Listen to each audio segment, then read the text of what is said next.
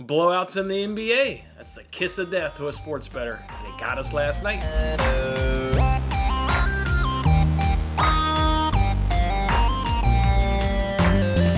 Hey, what's going on, everybody? Jason Manis with Winning Bets. Thanks for kicking off your Tuesday morning with me here as we look to bounce back from yesterday's bad beat and put in some winners on today's show. Let's go ahead and recap yesterday, and let's give you guys from bets for today. Yesterday, we went 1-3, down 2.13 units. You could see right there that we lost our NBA teaser. Remember, we did the first quarter teaser. We teased a couple numbers down, and we tried to get them to go over. One game went way over.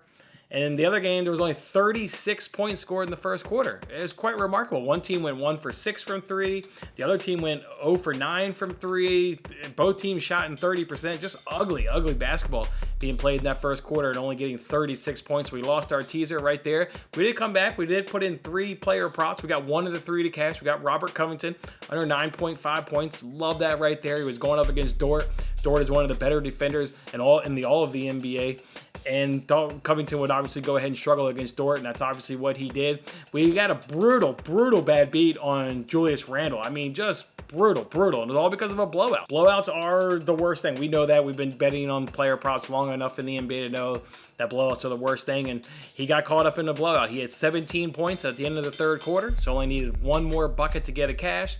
Knicks are up by 20 or so points. He does not see the court the entire fourth quarter as they rest him for the entire 12 minutes. So just unfortunate. He falls 1 bucket short. You look at his shot log, you look at what he had done in those first 3 quarters, he was easily going to get 1 bucket in that fourth quarter. So unfortunate right there. And then Basley under 10.5, just a good old sports betting loss right there to round it out. So 1-3, down 2.13 units. We'll certainly look to get it back because it's only Monday of the week so far. How are we going to get it back? Well, make sure you come back later on this afternoon. We'll be joined by the Hockey Squirrel again. He's going to give us some more bets. We don't know if he's going to give us 1, 2, or 3, but he'll certainly give us at least 1 bet that we'll go ahead and hopefully cash on tonight. Remember, he was 3-1 last week, 9-3 overall since he's joined my channel. Hockey Squirrel is doing fantastic work. Look for him to come back a little bit early this afternoon and give us some more winners. All right, what do we got for tonight, though, in the NBA? We don't have any player props as of yet. I'm still going through the data. I mean, last night's loss against Julius Randle really just, it makes you hesitate in terms of betting NBA player props. And I'm not actually going to hesitate. If there's one I like, I'll bet it because we get easy cashes, just like we get tough losses last night. But boy, that one last night, that one hurt. I mean, it was just doing so damn good. And the analysis was living up to everything I said it was. So that one hurts. But I don't have any player props on today's show yet. Let me pause, though, and see if we've got the NBA first quarter action because we've got a couple spots that we want to bet tonight. Let me take a pause, come right back, see if we got any numbers for you. All right, so we don't have any numbers. Let me tell you the 2 spots I'm looking at. I'm looking at this Heat versus Raptors game, looking at going the under, depending on what the number is. On this season, they're cashing the under 29 and 22, averaging 53 and 52 points. So I love how they're right there in the same basically number point range. And then the last 10, they're cashing the under 9 and 11, and they're averaging 55 and 55 points. So just love how the numbers are bang on the same for basically these same 2 teams. They've been generally cashing the under.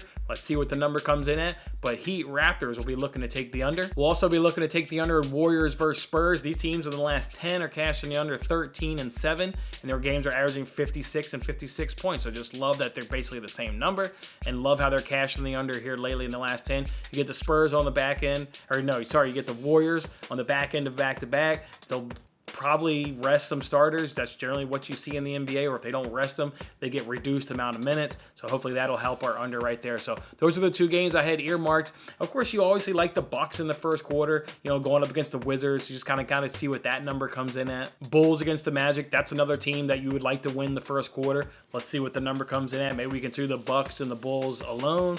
Maybe we can just drop them in our famous 2-way money line that we love to do, where if there's a push, we'll go ahead and get our wager back. So we just need to see what the number comes in at, but certainly the Bulls and Bucks, I would think, would be able to win their first quarter based on the numbers. So we'll see what those numbers comes in at. But yeah, other than that, we got Heat Raptors under, and we got Warriors Spurs under in that first quarter, depending on what the number comes in at. Let's go ahead and turn our attention now to soccer. I've got a good bet for us that I think if we were to wait later on in the week, I thought maybe not placing the bet this morning to see what would kind of happen, but hey, this number is something that I absolutely like, so I just went ahead and pulled the trigger. So let's go ahead and look at the FA Cup. We got that going on this weekend as these players come back from international break. We got Nottingham going up against Leicester. I did both teams to score in over 2.5 goals at plus 120. Look, we know a lot about Leicester. Their goal differential is 34-37 in their 20 games so far in the Premier League. When they're away goal differential is 15 and 21 in 9 games. Their games are averaging 3.6 goals, which is most in the Premier League. It's cashed 2.5 over in 14 of their 20 games so far this season. The away fixtures have cashed over 2.5 in 8 of the 9 games. Listen to that. When Leicester's been on the road in the league, they've cashed over 2.5 in 8 of the 9 games. Their games when they're on the road are averaging 4 goals per game. That is most in the Premier League. So I absolutely love that. We've cashed a lot of Leicester games with both teams to score and over 2.5. So this probably isn't too big of a shocker of a bet for you guys. Let's go ahead and look at the Nottingham side. It's not as good as Leicester. I mean, they're just really poor this season in terms of leaking goals. Nottingham's goal differential is 38-29 in 28 games. Home goal differentials 19 and 18 in 15 games. Their games are only averaging 2.4 goals per game. Over 2.5 though has cashed 50% of the time. It's cashed in 14 of the 28 games, so like that. And really like what they've done at home in cashing over 2.5, because over 2.5 at home has cashed in 9 of the 15 games. So like that right there. Let me also remind you guys that we saw in the last round in the FA Cup, and you see it when teams are going up against some of these big clubs. Nottingham certainly in the Championship and Leicester's in the Premier League, so you would say this is a small club versus a big club per se. You're seeing these big or these small clubs that get goals. And remind you guys, Millwall scored against Crystal Palace. Hull scored up against Everton. Swansea scored up against Southampton. What about Shrewsbury scoring against Liverpool? Chesterfield scored up against Chelsea. Swindon Town scored up against Manchester City. And Morecambe scored up against Tottenham.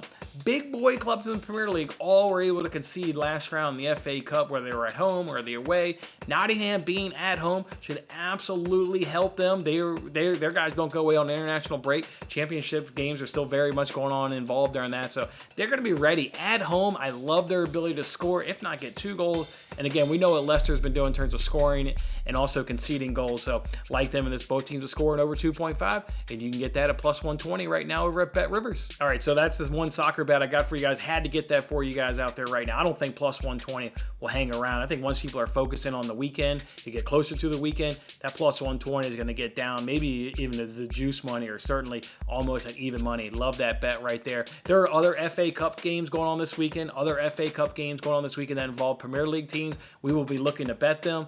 Just look for me a little bit later on the weekend. I'm obviously starting to go through the numbers. I started to last night. Obviously got that one bet already, but we'll certainly add to it. It's soccer, it's our love, and we've been crushing it, so we'll be adding to it. So just look for me a little bit later on the weekend.